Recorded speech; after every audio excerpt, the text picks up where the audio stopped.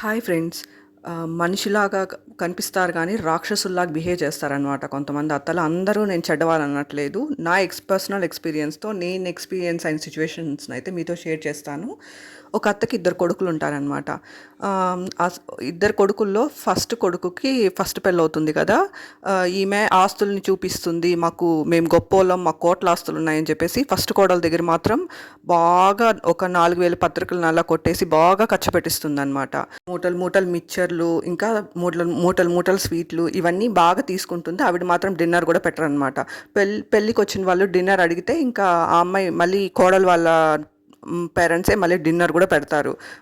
ఇది పక్కన పెట్టండి. మళ్ళీ రెండో కొడుకు పెళ్ళికి మాత్రం ఆవిడని చూసి అమ్మాయిని ఇవ్వడానికి ఆ ఫ్యామిలీకి ఎవ్వరు ముందుకు రారు. ఆవిడికి ఒక స్కిన్ డిసీజ్ ఉంటుంది. అది ఎక్కడ వాళ్ళ పిల్లకి అంటుకుంటుందని ఎవ్వరు ఇవ్వరనమాట. పిల్లనిచ్చేవాళ్ళు లేక మొత్తం అన్నీ మేమే ఖర్చు చేసుకున్నాం, నన్ను నెత్తిన పెట్టి చూసుకుంటుందని మేమే అన్నీ ఖర్చు పెట్టి చేసుకున్నామని చెప్తుంది. ఇంకా రెండో కొడుకు మంచివాడు కూడా మంచి అతను కాబట్టి మొత్తం లాంగ్ చైన్లు, పెద్ద పెద్ద హోటల్స్‌లో శ్రీమంతాలు అన్నీ చేస్తారు. కానీ దరిద్రం ఏమిటంటే ఆ ఫస్ట్ కోడలికి మాత్రం ఆ పిల్ల జాబ్ చేసి జీతాలంతా కూడా తీసుకుంటారు. ఒక్క లాంగ్ చైన్ కూడా కొనివ్వరనమాట. ఆమె చెప్తుంది ఆవిడ కొనుక్కునే దానికి ఆమెకి అన్ని లగ్జరీస్‌కి ఆమెకి డబ్బులుంటాయి. ఒక్కొక్కసారి శారీస్ కొంటుంది షాపింగ్‌కెళ్ళి, స్టిచ్చింగ్‌కే 5,000 ఇస్తుందనమాట.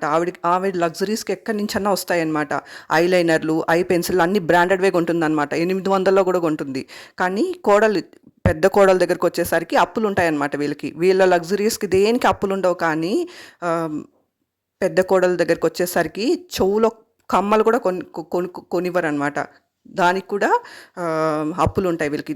ఫస్ట్ పెళ్ళైనప్పటి నుంచి ఒక 15 ఏండ్లైనా అప్పులున్నాయని చెప్పుకుంటారు. చివరి దాకా వాళ్ళు పోయేదాకా కూడా మాకు అప్పులున్నాయని చెప్తారనమాట. చీటింగ్ చేయడానికి అదొక లాజిక్ అనమాట. ఇన్ని చేసిన మహారాణికి ఇప్పటికి కానీ పెత్తానం కావాలన్నమాట. పిల్లల్ని ఒక 2 రోజులు, ఒక 10 రోజులు లీవ్‌లు వస్తే పెట్టుకోదు కానీ పూట ఫోన్ చేస్తుందనమాట వీడియో కాల్ చేసి. ఏం తిన్నావు? ఏం తిన్నారు? టిఫిన్ ఏం తిన్నారు? ఏం తింటే ఈవిడికెందుకు? ఈవిడికి మాత్రం పని మనుషులు కావాలి, రాజభోగాలు కావాలి. ఇక్కడ ఈ చెన్నై ఎంత వేడిగా ఉంటుంది. ఈ సిటీలో నాకు పని మనిషి ఉండకూడదు కానీ పూట ఫోన్లు చేసి ఎంక్వైరీలు ఈమెకెందుకు? ఒకటి ఇంత అన్యాయము ఇంత చేసి కూడా ఈమె ఇప్పటికి కానీ పెత్తానం చలాయించాలంటుంది. ఇలా అసలు ఈ మనుషులో పిశాచాలో దేవుడు అసలు ఇలాంటి వాళ్ళని ఎందుకు పుట్టించారో కూడా నాకైతే అర్థం కాదు. ఫస్ట్ కొడుక్కి వడియాలు ఇవ్వదు, చింతపండు ఇవ్వదు, మిరప్పొడి ఇవ్వదు, ధనియాల పొడి ఏమి ఇవ్వదనమాట. రెండో కొడుక్కి మాత్రం విమానంలో పంపిస్తుంది అన్నిటినీ. ఇక్కడ మాత్రం పెత్తానాలు మాత్రం చలాయించాలంటుంది. ఇన్ని అక్రమాలు, ఇన్ని దుర్మార్గాలు చేస్తూ నీకెందుకమ్మా పెత్తానాలు? నిజాయితీ ఉన్న వాళ్ళే గమ్మునున్నారు. ఇన్ని అక్రమాలు, ఇన్ని దుర్మార్గాలు చేస్తూ నీకెందుకు చెప్పు పెత్తనాలు?